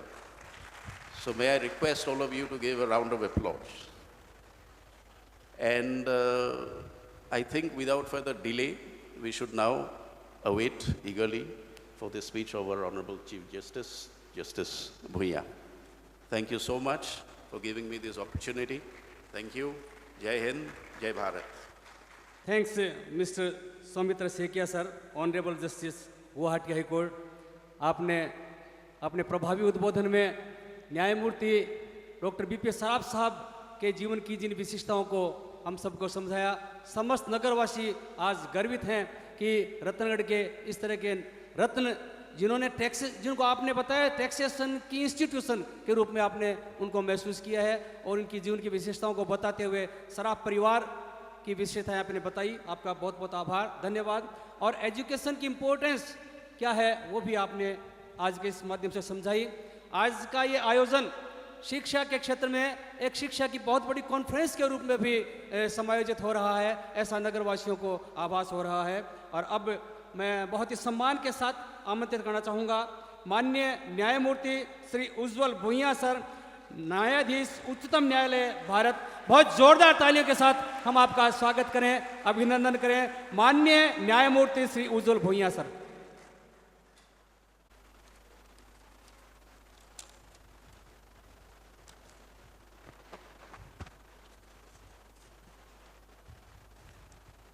नमस्कार.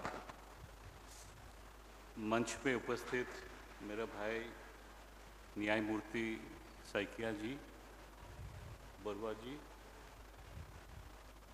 महाराष्ट्र राज्य की महाधिवक्ता doctor Virendra Saraf जी, वरिष्ठ अधिवक्ता doctor Ashok Saraf जी, सोनी जी, राजीव उपाध्याय जी, और बाहर से आए हुए, रतनगढ़ के बाहर से आए हुए हमारे अतिथिगण और रतनगढ़ के जो नागरिक समाज है आज यहाँ उपस्थित है, सभी को मेरा प्रणाम। अशोक जी ने हमें बुलाया है परिवार के साथ रतनगढ़, ये हमारी पहले विजिट है। यहाँ आके देखा सराफ परिवार के जितने कंट्रीब्यूशंस हैं वो हमें देखा, that we have seen. Two things I have noticed, एक तो गांधी बाल निकेतन है और I will speak on two things. एक तो बरुआ साहब ने बताया, सैकिया जी भी बताया about education, and secondly about Gandhi जी।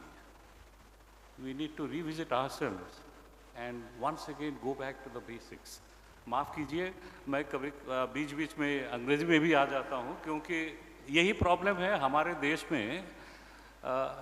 जो लिटिगेंट्स है उनके भाषा अलग है, वकील लोग जो हैं घर में अलग बातें करते हैं, भाषा बोलते हैं, जज लोग जो हैं घर में अलग भाषा बोलते हैं, अपनी भाषा बोलते हैं, लेकिन अदालत में हम लोग अंग्रेजी बोलते हैं।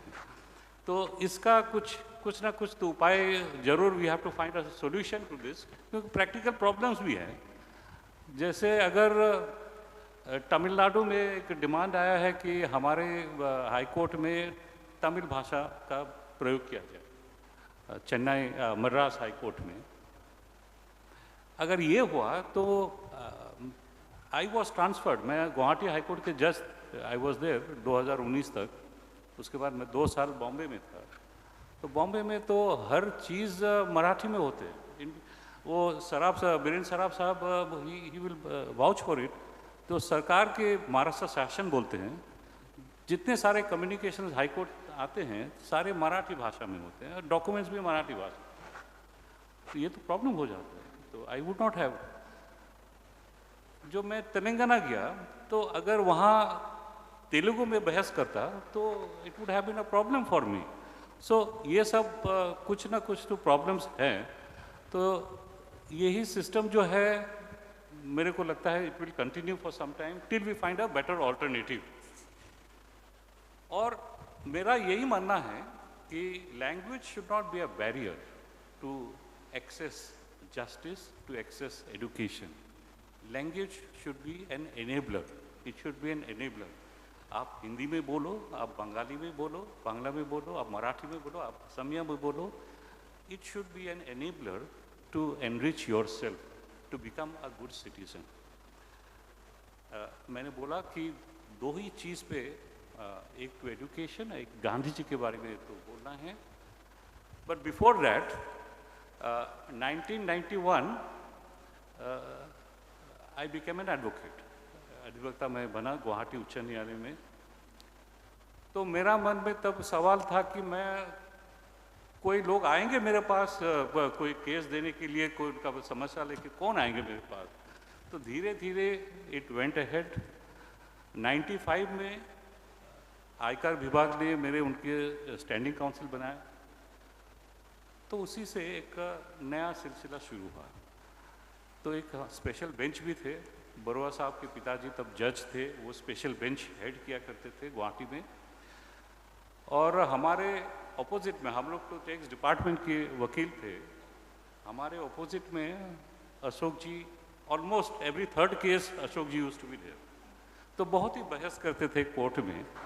ही यूज्ड टू फाइट, कभी कभी एकदम बहुत ही ये हो जाते थे, एक्साइटेड हो जाते थे, he will not yield an inch, और हम लोग भी बहस करते थे। ये 1995 से 95 से 2011 तक टिल आई बिकेम ए जज, ये लॉन्ग 16 इयर्स ये सिलसिला चला। 16 years he was for the SSC, I was for the revenue. ये सिलसिला चलता रहा. We fought tooth and nail in the courtroom, बाहर आके, लेकिन we became good friends. Despite our a bit of age difference, we became very good friends. We developed a respect for each other. And this is the essence of advocacy. Shakespeare ने कहा था, he had said that strive mightily, but eat and drink as friends do in law. This is the essence of the legal profession.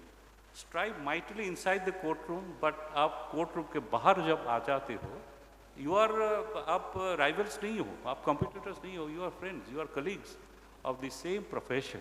So this is how we developed a mutual respect for each other. ये till 2011 when I became a judge.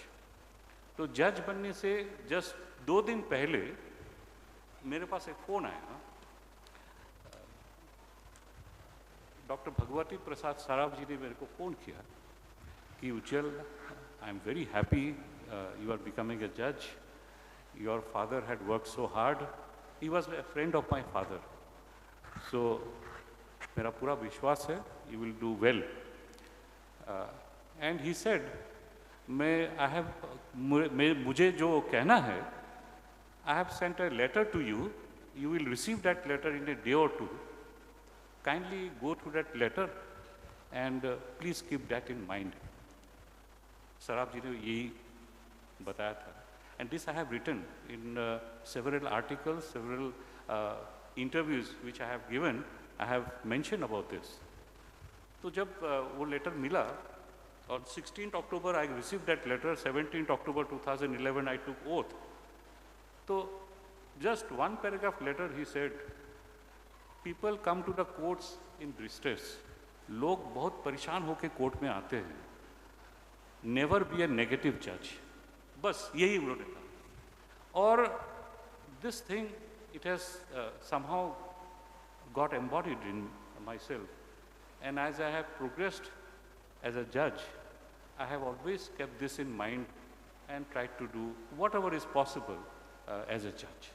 So this has become a guiding principle for me, this mantra of Justice B.P. Saraf, that people come to the courts in distress.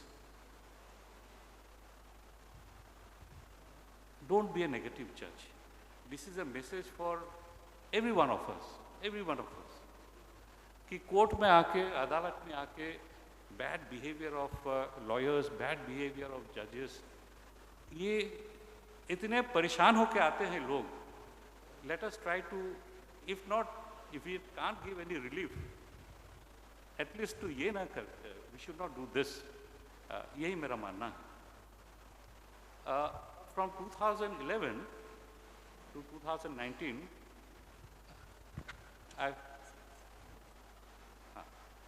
thank you.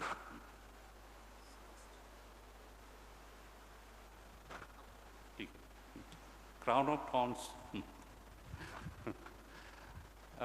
2019, August, a proposal came that I am being transferred to Bombay High Court. तो मेरा माँ खूब बीमार थी तब. तो the first person I rang up was Dr. Saraf. Then Dr. Saraf said, अभी कुछ मत करो, don't take any decision. Bar association वाले भी तब एकदम प्रोटेस्ट वगैरह कुछ कर रहे थे. तो सराफ जी ने बोला कि अभी कुछ मत करो, I am coming tomorrow to your house. And he came and then I told him. Then he asked कि कौन सा हाई कोर्ट में आपको ट्रांसफ़र कर रहे हैं. तो I said Bombay High Court. Then he से immediately said please go. Bombay High Court में he said his father was there for 10 long years as judge of Bombay High Court. So he said, please go. So I came to Bombay. And Bombay में आके I met Dr. Biren Saraf, a very, very promising senior advocate of Bombay High Court. क्या हुआ? Bombay then Corona broke out, COVID broke out. तो हमारे परिवार के तीनों को कोविड हो गया. तो we suffered from covid. At that time, Dr. Biren Saraf, Anjana Saraf, their whole family, they helped us a lot. सारे के सारे food हमारे घर में विधि में we used to stay in Vidhi in Nariman Point, they used to stay in Cup Parade, वहाँ से आ जाते थे सारे के सारे खाने. So we'll never forget the help offered by Dr. Biren Saraf also. Several judges of Bombay High Court, Supreme Court में भी Dr. Biren Saraf के बारे में they keep on saying he's a very, very promising advocate. And true to that, he has been made Advocate General of the state of Maharashtra. ये महाराष्ट्र जैसे एक बड़े state, a very, very politically volatile state, a very, very influential state in the country, Bombay High Court में, one of the best high courts in the country, Advocate General appoint करना, it's not a matter of joke. So I think it's as my brother has said, previous speaker, that Biren Saraf is in fact, along with Dr. Ashok Saraf, the two gems of, two Ratans of Ratangarh. It's in fact, I must congratulate both of them. Bombay High Court also, I had assured them कि next time when I will speak, मैं मराठी में 2-3 शब्द आप लोगों से बोल. Give me 6 months. So before 6 months could be over, I went to Telangana. To Telangana also, I told them Namaskaram, and beyond that, my Telugu did not develop. So I told, give me 6 more months, I will speak to in Telugu. वो भी नहीं हो पाया. So I have come to Delhi now. So this is the problem. We'll try to, the language, as I said, should not be a barrier in communication. It should be an enabler. Now, coming to education, education is very important. Though this is the, and the contribution of the Saraf family here in Ratangarh is very, very important. The least that I can say. How education is important and how to make education free from commercialization is equally important. अभी education के नाम पे जो commerce हो रहा है, जो business हो रहा है, the commercialization हो रहा है, this is a danger to the educational system itself. And we are witnessing it today, we are witnessing what is happening in the name of education, what is happening. So we need to go back to the basics. Education is for empowering you. Education is for empowering the citizens. Education is for empowering our decision-making process. हमारे नागरिक जब educated होंगे, then only they will be able to take a conscious decision कि हमारा देश में यही अच्छा है. This is not we want as citizens of this country. As citizens of this country, you are to govern this country. जो बाकी लोग हैं, they are the public servants. They are to serve you. As citizens, it is you who have to lay down the agenda of the country. अब agenda कैसे बनाएंगे? Only when you are educated. Or educated, not in the sense that आप कोई coaching centre में चले जाओ, आप coaching लेके इंजीनियर बन जाओ, कोचिंग लेके आप डॉक्टर बन जाओ. No, that is not, it's like some machines that we are producing.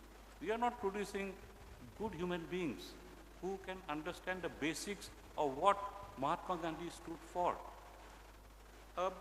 There is a study in India that the number of students studying pure science, science मतलब engineering or medicine नहीं, number of students studying pure science is coming down. And this is a matter of, I think it's a matter of grave concern for the entire country. हमारे संविधान में है Article 51A that we should inculcate scientific temperament among our citizens. Scientific temperament तभी होगा जब आप शिक्षित हो. अब शिक्षित नहीं हो तो you will believe in superstition. Religion अलग है, superstition अलग है. Superstition is not religious belief. अब जब तक आप educated नहीं हो, you will not be able to confront superstitions in the garb of religion.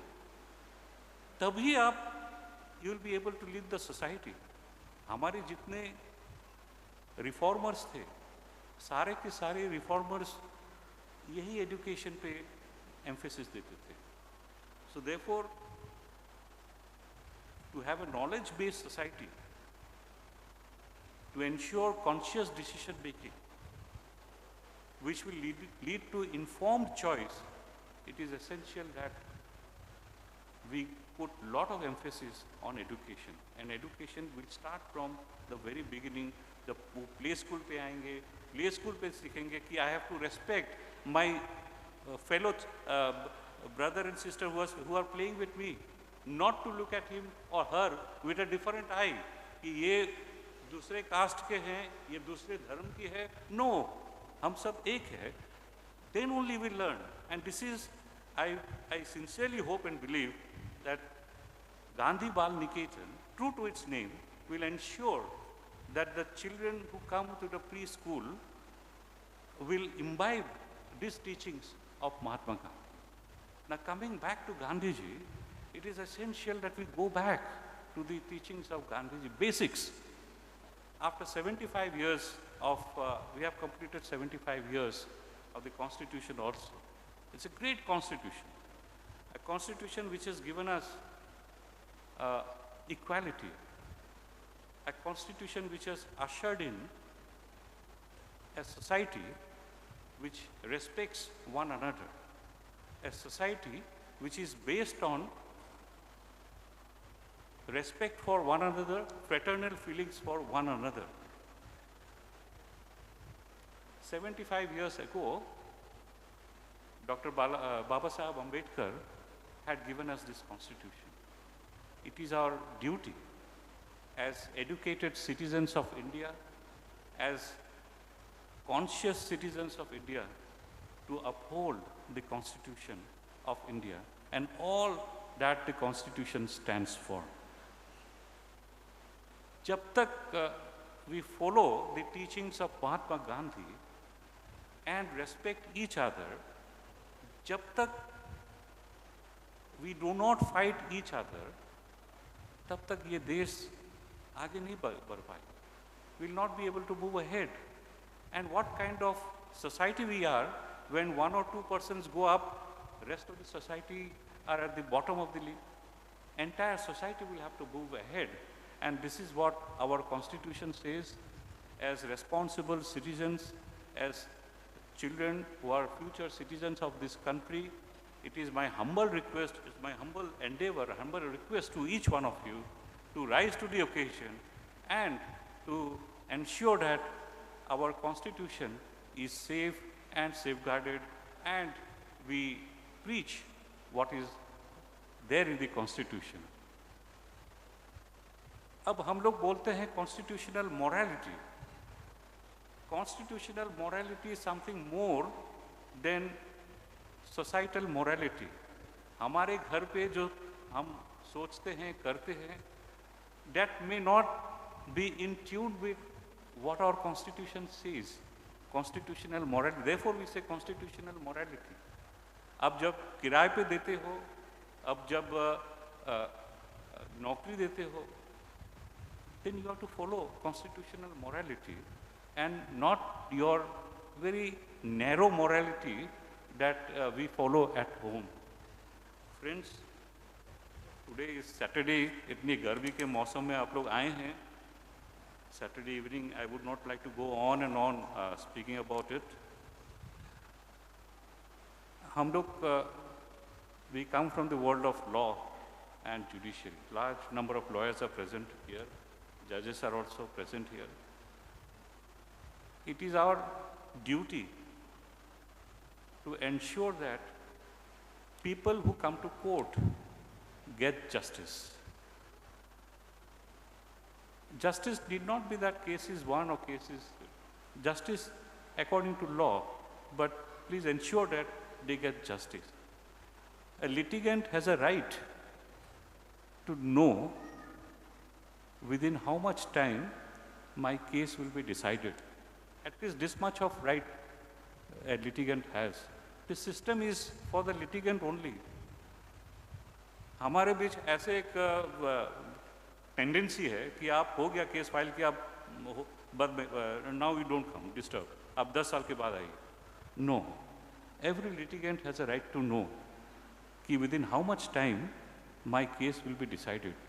As an institution, if we are unable to give an answer to this, then we need to introspect. यही कहना है. हमारे देश में we have three organs, three institutions: the legislature, executive, judiciary. legislature law बनाते हैं, executive execute करते हैं, और judiciary देखते हैं कि ये law और ये कानून जो बनाते हैं या जो executive का जो actions है ये संविधानिक है या नहीं है. अगर नहीं है तो ये रद्द कर दें जुडिशरी. यही काम है जुडिशरी. एग्जीक्यूटिव के पास धन है, पावर है, पोजीशन है. जुडिशरी में एक कहावत है that in the judiciary we neither have the sword nor the purse. हमारे पास धन भी नहीं है, स्वॉर्ड भी नहीं है to execute. We don't have the sword, neither the sword nor the purse. हमारा पास क्या है? The only thing that we have is the faith of the people, the confidence of the people, and therefore it is the bounden duty of lawyers and judges to ensure that that faith of that people, that confidence of the people remain intact in the judiciary. जिस दिन कोई litigant court से चला जाएंगे कि ये जज ने हमारी बात सुना नहीं, या ये जज ने पहले से ही मन बना लिया था कि मेरे मुकदमा डिसमिस करेंगे, मेरे केस डिसमिस करेंगे, and he goes back, that will be a black day, that will be a dark day for the judiciary. Judiciary is there for the people to ensure that people of this country get justice in accordance with law, and it is our bounden duty to ensure that confidence of the people in the justice delivery system is kept intact. Thank you very much for inviting me to Ratangarh. This is my family's first visit to Ratangarh. We are wholly indebted, overwhelmed by the hospitality provided to us, extended to us by Dr. Saraf and his entire team. We are very, very grateful for that. If given an opportunity, we would like to come again and again to Ratangarh. Thank you very much. Jai Hind. Many, many thanks, sir.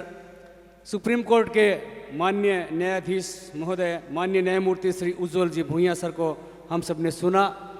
शिक्षा की आवश्यकता, शिक्षा का महत्व और संविधान की गरिमा कायम रखते हुए हम सब कैसे आगे बढ़ें, देश कैसे आगे बढ़े. आपने इस भाव के साथ अपने उद्बोधन दिया कि नई चेतना के स्वर में, नई चेतना के स्वर में निर्माण नए, अवसान नए हों, नई लहर हो, नए किनारे, जीवन के परिधान नए हों, जीवन के परिधान नए हों. आपका बहुत बहुत आभार, बहुत बहुत धन्यवाद. मैं श्री गांधी गावली निकेतन परिवार की ओर से यहाँ पधारे हुए सभी मेहमानों का हृदय से स्वागत, अभिनंदन, आभार प्रकट करना चाहूँगा. और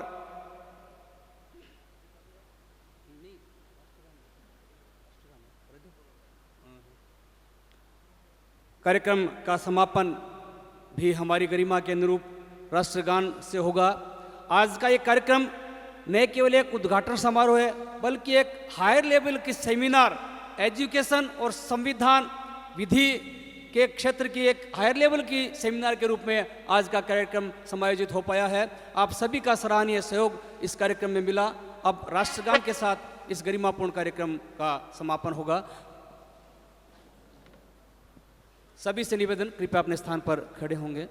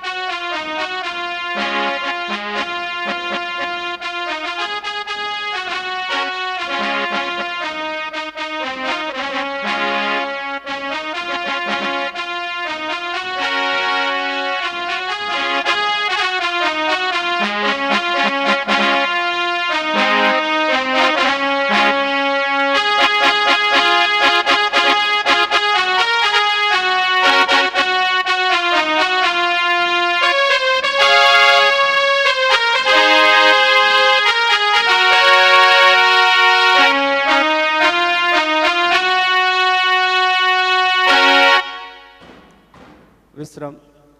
एक बार सभी जयकारा लगाएंगे। भारत माता की, भारत माता की। सभी का बहुत बहुत आभार, बहुत बहुत धन्यवाद। कुछ मैं